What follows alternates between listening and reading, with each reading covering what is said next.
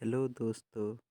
आज हम लोग ट्वेल्थ के फिजिक्स ट्वेल्थ क्लास के फिजिक्स के चैप्टर 2 का एक महत्वपूर्ण 5 मार्क्स का क्वेश्चन करेंगे, जिसमें दिया हुआ है कि समानांतर पट्टिका संधारित्र की धारिता किसे कहते हैं और इसकी धारिता का व्यंजक प्राप्त करें। चलिए हम लोग देखते हैं।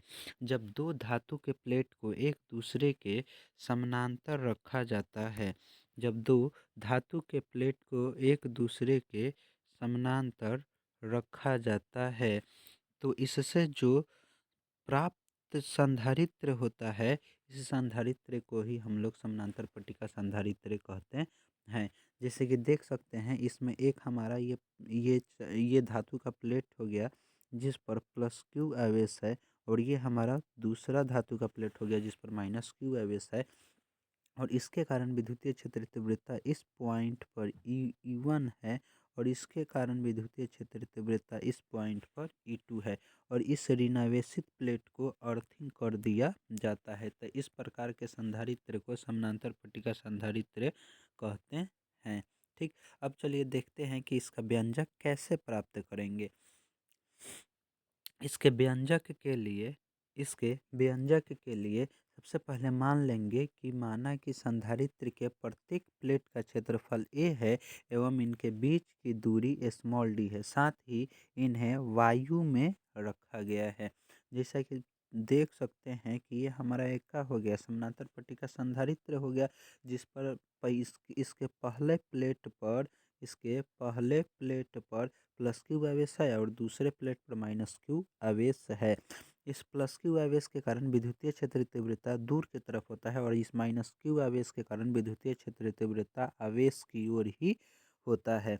अतः इस पॉइंट पर विद्युतीय क्षेत्र जो तीव्रता E होगा वो E1 और E2 के योग के बराबर होगा। E1 और E2 के योग के बराबर होगा। खैर वो बाद में देखेंगे। तो इसके कारण विद्युतीय क्षेत्र तीव्रता E1 है मान लिए, और इसके कारण विद्युतीय क्षेत्र तीव्रता E2 मान लिए। साथ ही साथ मान लिए कि इन दोनों प्लेटों का क्षेत्रफल जो है वो A है, एवं इन दोनों प्लेटों के बीच की दूरी जो है वह d है। तो अब देखिएगा, अब इन दोनों दोनों धातु के प्लेटों के कारण इस पॉइंट P पर जो विद्युतीय क्षेत्र तीव्रता होगा वो इन दोनों विद्युतीय क्षेत्र तीव्रताओं के योग के बराबर होता है। और एक चालक प्लेट के कारण जो विद्युतीय क्षेत्र तीव्रता होता है वो σ/2 इप्सिलॉन नॉट होता है। फिर दूसरे के कारण भी जो विद्युतीय क्षेत्र तीव्रता होगा वह σ/2 इप्सिलॉन नॉट होगा। अब इन 2 सिग्मा इप्सिलॉन नॉट और फिर 2 इंटू सिग्मा इप्सिलॉन नॉट, इन दोनों का जब एलसीएम लेंगे तो 2 सिग्मा इंटू इप्सिलॉन नॉट हो जाएगा। और ये सिग्मा प्लस ये इसमें इसका भाग देंगे तो क्या होगा, कट जाएगा, एक आएगा, एक में सिग्मा से गुना करेंगे तो सिग्मा होगा, फिर प्लस है तो प्लस, फिर 2 इप्सिलॉन नॉट में 2 इप्सिलॉन नॉट से भाग देंगे तो एक आएगा, एक में सिग्मा से गुना करेंगे तो सिग्मा हो जाएगा। फिर एगो सिग्मा को जोड़ देंगे तो 2 सिग्मा हो जाएगा, तो यहाँ लिख देंगे। फिर ऊपर हो जाएगा 2 सिग्मा, बाटा में हो जाएगा 2 इप्सिलॉन नॉट, 2 से 2 कट जाएगा तो E अर्थात जो परिणामी विद्युतीय क्षेत्र तीव्रता होगा वह σ/इप्सिलॉन नॉट होगा। आगे देखिएगा, इसके बाद हमारा जो ई है वो σ/इप्सिलॉन नॉट आया है, और यहाँ से सिग्मा को पृष्ठीय आवेश घनत्व कहा जाता है, और पृष्ठीय आवेश घनत्व जो होता है वह इकाई क्षेत्रफल में उपस्थित आवेश को दर्शाता है। तो σ=Q/A हो जाएगा। तो अर्थात इस सिग्मा के जगह पर हम लोग इस Q/A को क्या कर देंगे, रख देंगे। तो सिग्मा के जगह पर Q/A को रखा गया है, इप्सिलॉन नॉट पहले से है तो पहले से उसको छोड़ देंगे, लिख देंगे। अब देखिएगा ध्यान से, अब इसके बाद निकाल लेंगे इन दोनों प्लेटों के बीच का विभवांतर। तब इन दोनों प्लेटों के बीच का जो विभवांतर होगा वो V = E × D होगा। तो देखिएगा यहाँ किस फार्मूला से, तो E = dV/dr से। तो V यहाँ पर E का मान जो आया है Q/A × इप्सिलॉन नॉट, यहाँ E का मान बटा ए इंटू इप्साइलन नॉट यहाँ क्या कर देंगे, रख देंगे। तो भी इक्वल टू क्यू बटा ए इप्साइलन नॉट ई के बदले में हो गया आई इंटू में डी है तो इंटू में डी हो गया। अब यहाँ से भी निकल गया, भी क्यों निकाला गया है तो क्योंकि समानांतर प्लेट संधारित्र की धारिता को ज्ञात करने के लिए, समानांतर पट्टिका संधारित्र की धारिता को ज्ञात करने के लिए हमें क्यू चाहिए और भी चाहिए। तो क्यू चूँकि हमारे पास मौजूद है ही, इसलिए हम क्या कर लिए, भी निकाल लिए। और भी को निकालने के लिए हमें ई की ज़रूरत पड़ी थी, इसलिए सबसे पहले ई निकाल लिए, उसके बाद भी निकाल लेना है। उसके बाद समानांतर पट्टिका संधारित्र में की धारिता निकालने के लिए फार्मूला लगा देंगे सी इक्वल टू क्यू बाई भी। यहाँ पे होता है क्यू ऊपर ही रह जाएगा और भी का मान हमारा इतना जो आया है, इसे क्यू डी बटा ए इप्सिलॉन नॉट को यहाँ पे रख देंगे। क्यू से क्यू हमारा क्या हो जाएगा, कट जाएगा। तब यहाँ पे ये भाग के रूप का हो जाएगा, और चूंकि ये जब भाग का रूप का होगा तो ए इंटू इप्सिलॉन नॉट ऊपर चला जाएगा और डी कहाँ चला आएगा, नीचे आ जाएगा। तो इस आधार पर समानांतर पट्टिका संधारित्र की जो धारिता होगी वह ए इप्सिलॉन नॉट बटा डी होगा। थोड़ी सी और यहाँ पे एक चर्चा करेंगे। यहाँ पे C equal to A epsilon naught into d. यहाँ से स्पष्ट है कि समानांतर पट्टिका संधारित्र की जो धारिता होती है वो क्षेत्रफल पर निर्भर करता है, वो वायु के परावैद्युतांक पर निर्भर करता है, और यह समानांतर पट्टिका संधारित्र की धारिता दोनों चालक प्लेटों की दूरी पर निर्भर करता है। अर्थात चालक प्लेट की धारिता बढ़ने पर आवेश को संचित करने की क्षमता बढ़ जाएगी।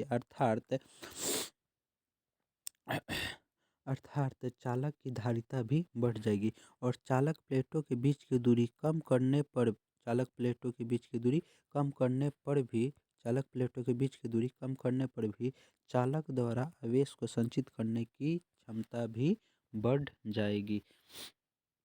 चलिए एक बार हम लोग रिवाइज कर लेते हैं।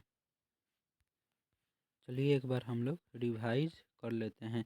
तो इसमें सबसे पहले हम लोग देखें कि समानांतर पट्टिका संधारित्र किसे कहते हैं। तो जब दो दो धातु के प्लेटों को एक दूसरे के समानांतर रखा जाता है तो प्राप्त संधारित्र को समानांतर पट्टिका संधारित्र कहते हैं।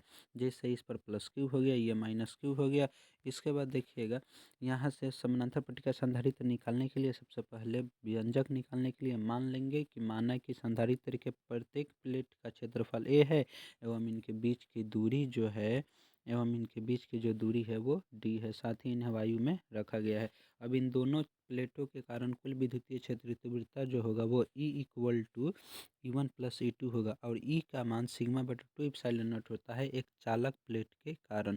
फिर दूसरे चालक प्लेट के कारण सिग्मा बटा 2 इप्सिलॉन नॉट हो जाएगा। इसका एलसीएम लेंगे तो 2 इप्सिलॉन नॉट सिग्मा, चूँकि ये बेस सेम है तो ये दोनों जुड़ जाएगा तो ये 2 से 2 कट जाएगा तो सिग्मा बटा इप्सिलॉन नॉट बचेगा।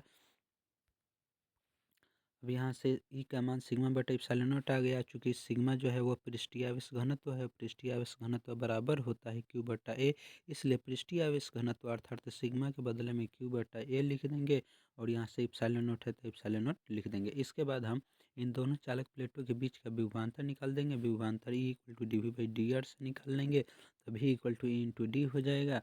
यहाँ पर ई का मान क्यू बटा ए इप्सिलॉन नॉट रख देंगे, इंटू डी है तो डी रख देंगे, तभी equal to A Q A epsilon naught into d हो जाएगा। अब समानांतर पट्टिका संधारित्र की धारिता जब निकालेंगे तो उसका फार्मूला लगा देंगे, तो उसका फार्मूला होता है सी इक्वल टू क्यू बटा भी। तो यहाँ से हो गया क्यू, भी का मान रख देंगे क्यू डी या बटा ए इप्सिलॉन नॉट, क्यू से क्यू कट जाएगा। तो यहाँ से सी निकालेंगे तो चूँकि ये भाग के रूप का हो गया, तो जब ये भाग के रूप का हो गया तो ए इप्सिलॉन नॉट ऊपर चला जाएगा और डी नीचे चला आएगा। अतः समानांतर पट्टिका संधारित्र की धारिता ए इप्सिलॉन नॉट इंटू डी होता है। आगे देखिएगा, सॉरी, आगे देखिएगा, यहाँ पे थोड़ी सी चर्चाएं और हम लोग और कर लेते हैं। समानांतर पट्टिका संधारित्र की जो धारिता होती है, समानांतर पट्टिका संधारित्र की जो धारिता होती है वह C equal to epsilon naught into D होता है। अर्थात समानांतर पट्टिका संधारित्र की धारिता चालक प्लेट के क्षेत्रफल पर निर्भर करता है, यानी क्षेत्रफल बढ़ाने से संधारित्र की धारिता भी बढ़ जाती है, और चालक प्लेट के बीच की दूरी को कम करने पर संधारित्र द्वारा आवेश को संचित करने का क्षमता बढ़ जाता है। जैसे ये इन दोनों के बीच की दूरी कम कर देंगे तो आवेश को संचित करने की क्षमता बढ़ जाएगी। Thank you. Like and subscribe my channel. यदि आप हमारे चैनल पर नए हैं तो हमारे चैनल को सब्सक्राइब करें, लाइक करें, कमेंट करें और ज़्यादा से ज़्यादा अपने दोस्तों में शेयर करें। Thank you.